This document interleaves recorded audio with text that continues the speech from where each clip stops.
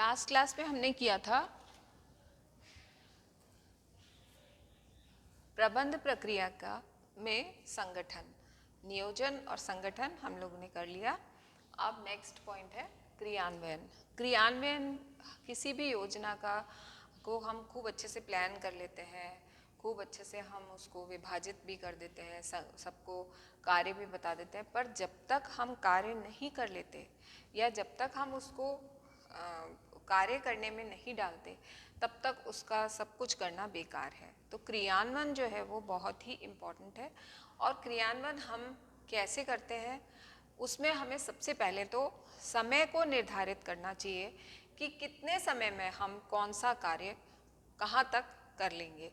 ये हमें हमें हमारे कार्य को समय के अनुसार विभाजन कर देना चाहिए। उसके अलावा हम कम समय में ज़्यादा कार्य कैसे कर सकते हैं ये भी हमें पता होना चाहिए, या ये भी इसमें भी हमें इस पर भी हमें काम करना चाहिए। और स्मार्ट वर्क करके हम कैसे अधिक से अधिक अपनी उपलब्धि प्राप्त कर सकते हैं। तो ये क्रियान्वयन में सबसे ज़्यादा इम्पॉर्टेंट है कि आप कैसे कार्य को करते हैं, किस विधि से कार्य को करते हैं और समय से पहले कार्य को कैसे निष्पादित करते हैं।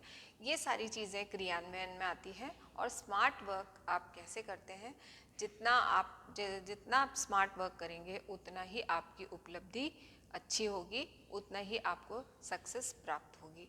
तो ये ज़रूरी नहीं है कि हम कार्य को बहुत बारीकी से करें, बहुत समय लगा के करें, क्योंकि हमें हमारे हर कार्य की हमारे पास समय सीमा निश्चित होती है। तो वो समय सीमा से पहले करना या समय सीमा तक करना कार्य में ये जो क्रियान्वयन है इसका मुख्य उद्देश्य होना चाहिए। और अगर हम समय से पहले कर लेते हैं तो हम उसको अच्छी तरह से और दोबारा से उसको देख लेते हैं, उसका निरीक्षण कर लेते हैं कि कोई कार्य में हमारे से कोई चीज़ छूट तो नहीं गई है। तो यदि वो तभी होगा जबकि हम कार्य की जो समय सीमा है उससे पहले हम किसी कार्य को कर लेते हैं, तभी हम उसको चेक कर पाएंगे। तो इसलिए क्रियान्वयन में स्मार्ट वर्क बहुत ही इम्पोर्टेंट होता है। और कोई भी योजना में प्लानिंग हम खूब बना लेते हैं, हम डिस्ट्रीब्यूशन भी कर देते हैं, मगर जब तक हम उस कार्य को नहीं करते तब तक वह कार्य नहीं निष्पादित होता है। तो क्रियान्वयन किसी भी कार्य को करने का सबसे इम्पोर्टेंट स्टेप है, या प्रबंधन में क्रियान्वयन जो है वो सबसे इम्पोर्टेंट फैक्टर है। उसके बाद है नियंत्रण। नियंत्रण में क्या है कि प्रत्येक कार्य जो है वो जिसमें जो भी योजनाएं बनाई गई हैं, जो भी हमने नियम कायदे बनाए गए हैं, वो सब नियंत्रण में होता है कि हमने उन निर्देशों का पालन किया है या निर्देशों के अनुसार ही वह कार्य किया है या नहीं किया है।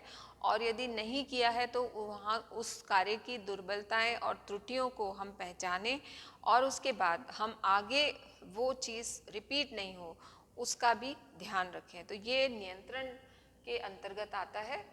और इसमें अगर हम कार्य का नियंत्रण नहीं करेंगे, यदि हम कोई भी योजना है उसमें अगर हम नियंत्रण नहीं करेंगे तो वो कार्य जो है वो सही तरह से निष्पादित नहीं हो पाएगा। इसलिए नियंत्रण होना बहुत ज़रूरी है कि हम सबसे पहले ये देखें कि हमने जो कार्य की योजना बनाई है वो उसके अनुसार है या नहीं है, जो भी कार्य हमने किया है वो उसके अनुसार है या नहीं है। और जो भी हमने निर्देश और नियम बनाए थे उन निर्देशों और नियमों का पालन हुआ है कार्य में या नहीं हुआ है। और यदि उन निर्देशों और नियमों का पालन हुआ है और वह कार्य अच्छी तरह से हुआ है तो हम उस कार्य का एक तरह से हमने मूल्यांकन कर लिया और हमें संतुष्टि हो गई, सेटिस्फैक्शन हो गया। परंतु यदि वो कार्य जो है उसके निर्देशों का पालन ढंग से नहीं हुआ है या ज़्यादा अच्छी तरह से वह कार्य नहीं हो पाया है, तो फिर हम उसकी दुर्बलताएं और उसकी जो त्रुटियां हैं उस पर हम ध्यान दें और उन त्रुटियों का पता लगाकर उसको पूरा करें, उसको ठीक करें, जिससे हम हमारे कार्य की गुणवत्ता हम बनाए रखें और समय पर उसको उस कार्य को हम सुधार कर उसकी गुणवत्ता को बनाए रखें। तो इसलिए नियंत्रण भी बहुत ही ज़रूरी पॉइंट है। जैसे क्रियान्वयन है, क्रियान्वयन सबसे ज़्यादा इम्पॉर्टेंट है, उसके बाद नियंत्रण आता है कि जब तक हम किसी कार्य को नियंत्रित नहीं करेंगे तब तक वह कार्य समय पर भी नहीं होगा और वह कार्य जो है वो क्वालिटी वाइज गुणवत्तापूर्वक भी नहीं हो पाएगा। तो इसलिए नियंत्रण बहुत ज़रूरी है। अब है नियंत्रण के चरण। नियंत्रण के चरण में सबसे पहला है क्रियान्वयन को शक्ति प्रदान करना। हमें समय समय पर जो भी हमारी टीम है उसको समय समय पर प्रोत्साहित करते रहना चाहिए और जो भी समय समय के जो टारगेट्स हैं वो देखते रहना चाहिए कि अगर वो टारगेट पूरा हो रहा है तो हमें उनको प्रोत्साहित करें हम, जिससे कि वो आगे भी अच्छा कार्य करें और उन्हें पता रहे कि हम वो जो भी वो कार्य कर रहे हैं, जो भी वो जो अपना क्या कहते हैं, जितने भी प्रयत्न कर रहे हैं वो प्रयत्न सफल हो रहे हैं। तो इसका अंदाज़ा हमें ही देना पड़ेगा उनको। तो इसलिए हमें उनको समय समय पर बताते रहना चाहिए कि आपका कार्य जो है वो समय से पहले हो रहा है या समय पर हो रहा है या समय के बाद में हो रहा है, किस तरह की उनकी स्पीड है, उन सब चीज़ों को पे हमको चेक रखना चाहिए। यही नियंत्रण है। और जब हम इन चीज़ों पे चेक रखेंगे तो क्रियान्वयन जो है वो अच्छी तरह से होगा। तो क्रियान्वयन को शक्ति प्रदान करने के लिए हमें कई तरह के वो प्रयास करने पड़ते हैं, जैसे प्रोत्साहित करना, समय समय पर प्रोत्साहित करना, समय समय पर उन लोगों को रिपोर्टिंग करना कि भाई वो कार्य का ये लक्ष्य था, इतने टाइम में इतना लक्ष्य था, वो लक्ष्य हमारा पूरा हुआ या नहीं हुआ तो क्यों नहीं हुआ, और आगे हम उन लक्ष्यों को पूरा करने की कोशिश करें। तो ये सारी चीज़ें इसमें आती हैं। फिर नेक्स्ट है जांच निरीक्षण। जांच निरीक्षण के अंतर्गत दो चीज़ें आती हैं, एक तो मार्गदर्शन और दूसरा निर्देशन। हमको समय समय पर उनको निर्देश भी देते रहना चाहिए, समय समय पर उनको मार्गदर्शित करते रहना चाहिए, जिससे सिचुएशन कंट्रोल्ड रहे और उनको पता रहे कि हमारे ऊपर कोई चेक ज़रूर है ऊपर, इसलिए फिर वो आराम से रिलैक्स नहीं होंगे और वो अपने कार्य को स्पीडली करेंगे, संपन्न करेंगे। तो इसलिए जांच निरीक्षण होना बहुत ज़रूरी है। और फिर उसके बाद है समायोजन करना। समायोजन करना का अर्थ है कि हमने जो भी जैसे जो भी कोई कार्य है वो कार्य उन्होंने संपादित किया है, तो उसको हमें इस प्रकार से उसको शेप देना चाहिए कि वो जो भी कार्य हम करने जा रहे हैं वो समायोजित हो जाए।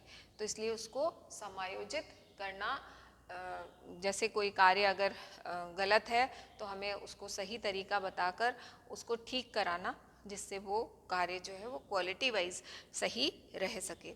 तो इसलिए ये कार्य पे चेक अगर रहेगा तो वो कार्य ज़्यादा अच्छी तरह से होगा, क्वालिटी वाइज अच्छा होगा।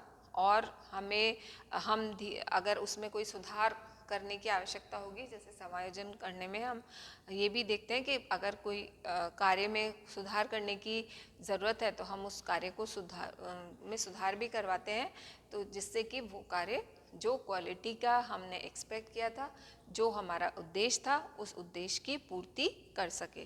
तो इसलिए नियंत्रण भी एक बहुत अहम हिस्सा है प्रबंधन का, क्योंकि अगर नियंत्रण नहीं होगा तो कार्य स्पीड से नहीं होगा, कार्य समय पर समाप्त नहीं होगा, और कार्य में जो भी सुधार होने हैं छोटे मोटे, वो सुधार भी साथ साथ हो जाए तो कार्य समय पर संपादित हो सकता है। तो इसलिए नियंत्रण बहुत ज़रूरी है, क्योंकि कोई भी बड़ी योजना जब हम बनाते हैं, कोई भी बड़ा कार्य जब हम करते हैं, तो उसमें क्रियान्वयन तो है ही ज़रूरी और उसके साथ साथ नियंत्रण भी ज़रूरी है। तभी हम कार्य को समय पर कर पाएंगे, तभी हम उस कार्य में सफलता प्राप्त कर पाएंगे। तो ये है नियंत्रण। तो लास्ट पॉइंट है प्रबंधन का मूल्यांकन। जब हम कोई कार्य कर लेते हैं तो फिर हम उसका मूल्यांकन करते हैं कि वह कार्य हमारी जो भी हमने जो भी हमने एक्सपेक्ट किया था, जो भी हमारी अपेक्षाएं थी, उन पर खरा उतरा या नहीं उतरा, या आगे सुधार की ज़रूरत है, या जो हमने जैसा हमने सोचा था वैसा वह कार्य हुआ या नहीं हुआ, और नहीं हुआ तो क्यों नहीं हुआ, उसका कारण भी हमें पता होना चाहिए, जिससे आगे हम उस कारण को दूर करें और जो हम सोचे वैसा ही हम उसको पाए। तो इस तरह से ग्रॉस एंड क्रेंडल के अनुसार मूल्यांकन जो है वो है वह तकनीक है जो व्यक्ति को अपने पास उपलब्ध साधन के परिणाम से अधिकतम संतोष प्राप्त करने में सहायक होती है। मतलब जो भी व्यक्ति के पास संसाधन है, उन संसाधनों को उपयोग करके और वह व्यक्ति जो है वो उन साधनों को की उपलब्धि से अपने आप को संतुष्टि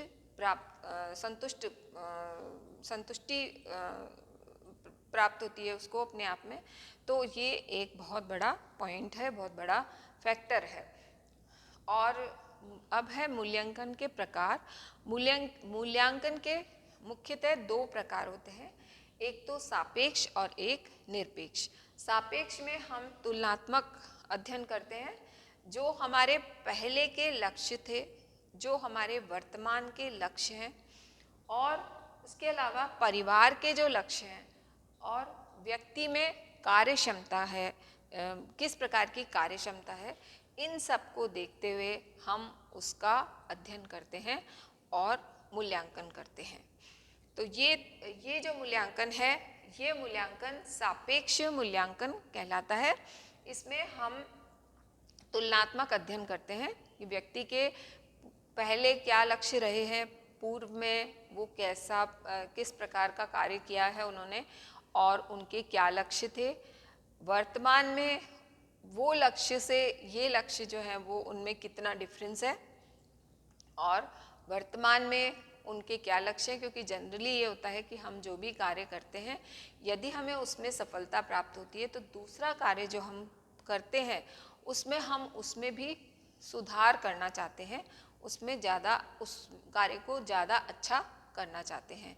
तो ये तुलनात्मक अध्ययन है या तुलनात्मक मूल्यांकन है। तो सापेक्ष मूल्यांकन में हम तुलना करते हैं पहले के लक्ष्य जो थे उसके और वर्तमान के कौन से लक्ष्य हैं। इसके अलावा परिवार के कौन से लक्ष्य हैं, परिवार के जो लक्ष्य हैं उनको भी हम ध्यान में रखते हैं, और फिर हम व्यक्ति की कार्य क्षमता को भी नाप लेते हैं कि जो ये लक्ष्य बनाते हैं वो उन लक्ष्यों को पूरा करने का इनमें क्षमता है या नहीं है। तो ये भी हम आंक लेते हैं। और उसके बाद है निरपेक्ष मूल्यांकन। निरपेक्ष मूल्यांकन में तुलना की कोई जगह नहीं होती। निरपेक्ष मूल्यांकन में ये होता है कि ऑन द स्पॉट आप क्या डिसीजन लेते हो, ऑन द स्पॉट आप क्या सोचते हो, तो पूर्व अनुभवों के आधार पर हम जो हमारी नवीन सूझबूझ होती है, जो हमारे विचार होते हैं और नई जो टेक्निक है हम कैसे उसको उपयोग में लाते हैं, ये हमारा निरपेक्ष मूल्यांकन है। और निरपेक्ष मूल्यांकन में हम अपनी ओरिजिनलिटी रखते हैं, हमारी वास्तविकता होती है। जो भी हम कार्य करते हैं उसमें हम हमारे पूर्व के अनुभवों के आधार पर नई सोच रखते हैं, नई टेक्निक से हम उस कार्य को करते हैं, अपनी सूझबूझ से, अपनी बुद्धि से। तो ये उनकी खुद की सोच है। तो इसलिए इसमें हम किसी की तुलना नहीं करते, बल्कि व्यक्ति की खुद की कार्य क्षमता, खुद की सोच और खुद की क्षमता, खुद की जो प्रबंध कुशाग्रता है उसको देखते हुए हम उसका मूल्यांकन करते हैं। तो इस तरह से प्रबंध प्रक्रिया में हमने नियोजन पढ़ा, जिसको हम कहते हैं प्लानिंग, संगठन पढ़ा जिसको हम कहते हैं ऑर्गेनाइजेशन, फिर हमने पढ़ा क्रियान्वयन जिसको हम कहते हैं इम्प्लीमेंटेशन, फिर नियंत्रण कंट्रोल, और लास्ट हमने पॉइंट पढ़ा इवैल्यूएशन या मूल्यांकन। ये सारी ही जो प्रबंध की जो स्टेप्स हैं, जो क्रियाएं हैं, इनमें आपसी संबंध होना बहुत ज़रूरी है। तभी प्रबंध प्रक्रिया सक्सेसफुल होगी, तभी प्रबंध प्रक्रिया में सफलता प्राप्त होगी। तो इन सारी प्रक्रियाओं में आपसी संबंध, आपसी संगठन, आपसी तालमेल होना बहुत ज़रूरी है। तभी हम एक सफल प्रबंध प्रक्रिया कर पाएंगे, या तभी हम सफल प्रबंधन कर पाएंगे। तो ये जितने भी पॉइंट्स हैं, इनमें आपसी तालमेल होना बहुत ज़रूरी है, तभी हमारा प्रबंधन सक्सेसफुल होगा। तो ये आज हमने प्रबंध प्रक्रिया ख़त्म कर दिया। अब आज यहीं तक ही ये क्लास ख़त्म होती है। Thank you.